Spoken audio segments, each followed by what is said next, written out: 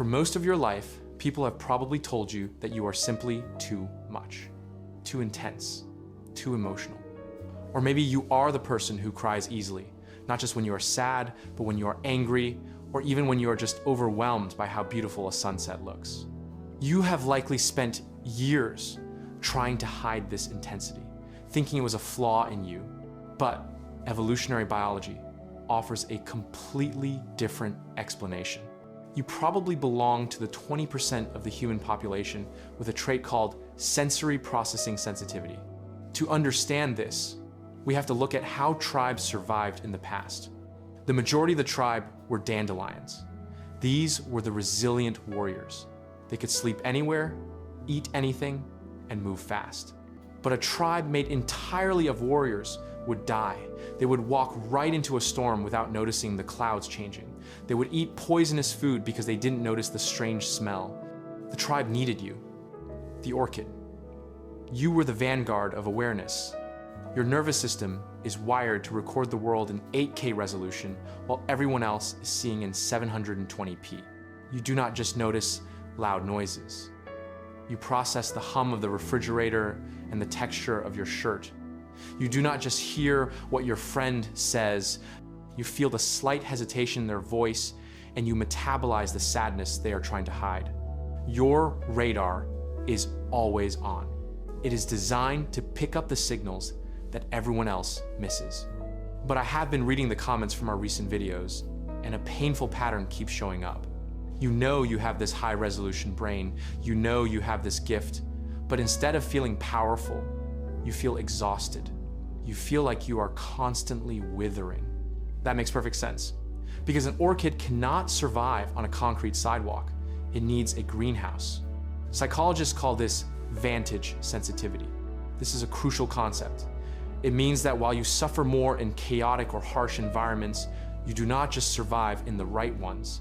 You actually outperform everyone else. When you are in your greenhouse, you bloom with a complexity and creativity that the dandelions can never reach. So today, we are going to stop trying to toughen you up. We are going to start building that greenhouse. We are going to look at how to engineer your life across two specific areas: your body and your interactions. First, we have to pinpoint why you are so tired. It is not because you are weak. It is because of a fundamental evolutionary mismatch. Your biology is designed for a high stakes but low velocity environment. Imagine a quiet forest. It is silent, but you are alert. If a twig snaps, it means a predator. Your system is designed to process that one sound deeply. But you do not live in a quiet forest. You live in a world of high velocity noise. Open plan offices, traffic, constant notifications on your phone, and the emotional flooding from the news. Your brain lacks the gating mechanism to filter this out. This creates systemic overload. Your engine is redlining just to stay in neutral. To fix this, we need to completely rethink your sensory diet. Occupational therapists use a concept called a sensory diet. Think about food. If you eat junk food all day, your body crashes. Your nervous system is the same. It consumes sensory input. To survive, you need to minimize the depleting inputs and radically maximize the nourishing ones. Let's look at the depleting inputs first. These are the things that drain your battery. If you work in a chaotic environment that you cannot escape, wearing noise-canceling headphones is not a luxury. It is personal, protective equipment. I want you to really reframe this. In a loud space, headphones create a boundary between your sensitive nervous system and the chaos of the world. Wearing them is not rude. It is necessary maintenance for your machine. You also need to identify a restorative niche. This is a concept from environmental psychology. It is a physical space where you can retreat to let your system idle. It does not have to be a meditation room. It can be a quiet car, a stairwell, or even a bathroom stall. The rule is simple. When you feel that familiar fog of overstimulation setting in, you do not push through. You go to your niche for 5 minutes. In this space, you do not scroll your phone. You just let your nervous system come back to baseline. This prevents the cumulative crash that usually happens at 4 p.m. Now, let's talk about the nourishing inputs. This is the part most HSPs ignore. You cannot just block out the bad. You must feed your senses with the good. For a high sensor, beauty is not optional. It is functional medicine. A nourishing input is a signal of safety. This might mean visual nutrition, taking 10 minutes to look at natural light or the complex patterns of a tree. Your brain craves these natural fractals. It might mean tactile nutrition, wearing clothes that feel soft against your skin, or using a weighted blanket. The pressure signals your parasympathetic nervous system to calm down. Or it might be auditory nutrition, listening to brown noise or the sound of rain. These inputs actively replenish the energy that the noise took away. You need to schedule them into your day, just like you schedule lunch. And finally, if you feel constantly drained by your phone, that is a digital assault. Your brain treats those bright red notification badges like threats. It creates a low-level anxiety loop.